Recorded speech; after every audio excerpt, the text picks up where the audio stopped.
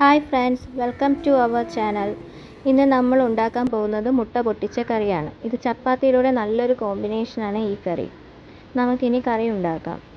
അതിലോട്ട് പോകുന്ന മുന്നേ ഒരു കാര്യം കൂടി, ഞങ്ങളെ ഒന്ന് ഷെയർ ചെയ്ത് ലൈക്ക് ചെയ്ത് സബ്സ്ക്രൈബ് ചെയ്ത് സപ്പോർട്ട് ചെയ്യണം കേട്ടോ. ആദ്യം തന്നെ നമുക്ക് മിക്സിയുടെ ജാർ എടുക്കാം. ജാറിലോട്ട് 1/2 കപ്പ് തേങ്ങ ഇടാം. തേങ്ങ ഇട്ടതിന് ശേഷം ചെറിയ ഉള്ളി ഇടാം. ചെറിയ ഉള്ളി തന്നെ ഇടണം കേട്ടോ. സവാള ഇട്ടാൽ അതിന് വേറൊരു ടേസ്റ്റായി പോവും. 3 പച്ചമുളക്, കറിവേപ്പില, 2 ടീസ്പൂൺ പെരിഞ്ജീരകം, 1 ടീസ്പൂൺ മഞ്ഞൾപ്പൊടി. ഇതെല്ലാം കൂടി വെള്ളം ഒഴിച്ച് നല്ലതുപോലെ പേസ്റ്റ് രൂപത്തിൽ അരച്ചെടുക്കണം. നല്ലതുപോലെ അരയണം. നമ്മൾ അരച്ചെടുത്തിട്ടുണ്ട് കേട്ടോ. ഇനി അടുത്തത് നമുക്ക് കറി ഉണ്ടാക്കാനായിട്ട് നോക്കാം.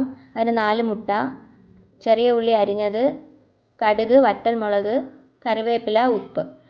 മുട്ട നമ്മൾ ബൗളിലോട്ട് പൊട്ടിച്ചൊഴിച്ച് മാറ്റി വെക്കുന്നുണ്ട്. ഇനി നമുക്ക് പാൻ ചൂടാക്കാൻ വെക്കാം. പാൻ നല്ലതുപോലെ ചൂടായതിന് ശേഷം കുറച്ച് വെളിച്ചെണ്ണ ഒഴിച്ചു കൊടുക്കാം. ഞങ്ങൾ വെളിച്ചെണ്ണ തന്നെയാണ് എല്ലാത്തിനും സാധാരണ ഉപയോഗിക്കുന്നത്. വെളിച്ചെണ്ണ ഒഴിച്ചു കൊടുക്കുന്നുണ്ട്. വെളിച്ചെണ്ണ നല്ലതുപോലെ ചൂടായതിന് ശേഷം മാത്രം നമുക്ക് കടുക് ഇട്ട് കൊടുക്കാം. കടുക് ഒന്ന് പൊട്ടി തുടങ്ങുമ്പോൾ നമുക്ക് വറ്റൽമുളക് ഇട്ട് കൊടുക്കാം.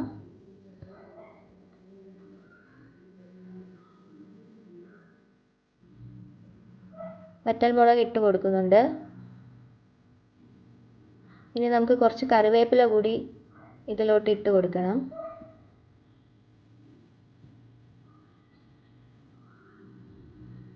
കറിവേപ്പില ഇട്ടിട്ടുണ്ട്. ഇനി ഇത് നല്ലതുപോലെ ഒന്ന് ഇളക്കി വറ്റൽമുളക് ഒന്ന് ബ്രൗണായി വരുമ്പോൾ നമുക്ക് അരിഞ്ഞു വെച്ചേക്കുന്ന ചെറിയ ഉള്ളി ഒന്ന് ഇട്ട് കൊടുക്കണം.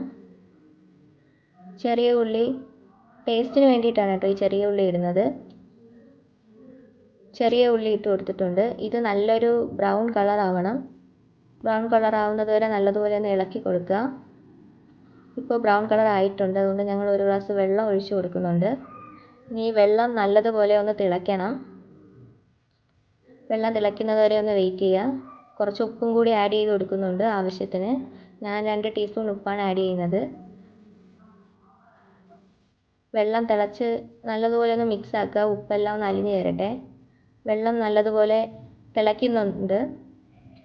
ഇനി വെള്ളം തിളച്ചതിന് ശേഷം ബൗളിൽ പൊട്ടിച്ചൊഴിച്ച് വെച്ചിരുന്ന മുട്ട ചേർത്ത് കൊടുക്കാം.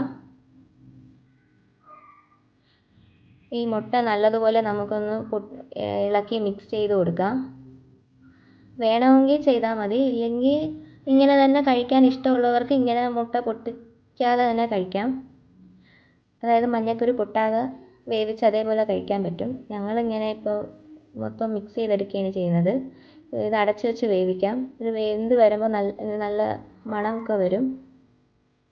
ഇപ്പോൾ നല്ലതുപോലെ വെന്തിട്ടുണ്ട്. മുട്ട നല്ലതുപോലെ ഒന്ന് വെന്തിട്ടുണ്ട്.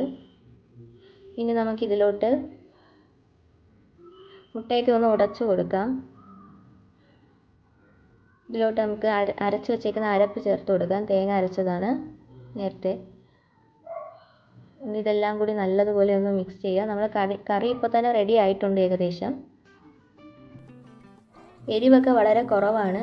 അതുകൊണ്ട് കുട്ടികൾക്ക് ഇഷ്ടപ്പെടും. എല്ലാവർക്കും ഇഷ്ടപ്പെടും. ചപ്പാത്തിയിലൂടെയാണ് ഇത് കഴിക്കാൻ വളരെ ടേസ്റ്റ്. നല്ലതുപോലെ ഒന്ന് ഇളക്കി കൊടുക്കുക.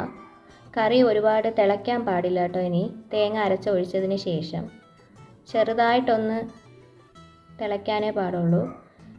ചെറിയൊരു തിള വരുമ്പോൾ നമുക്ക് അടച്ചു വെച്ച് കൊടുക്കാം.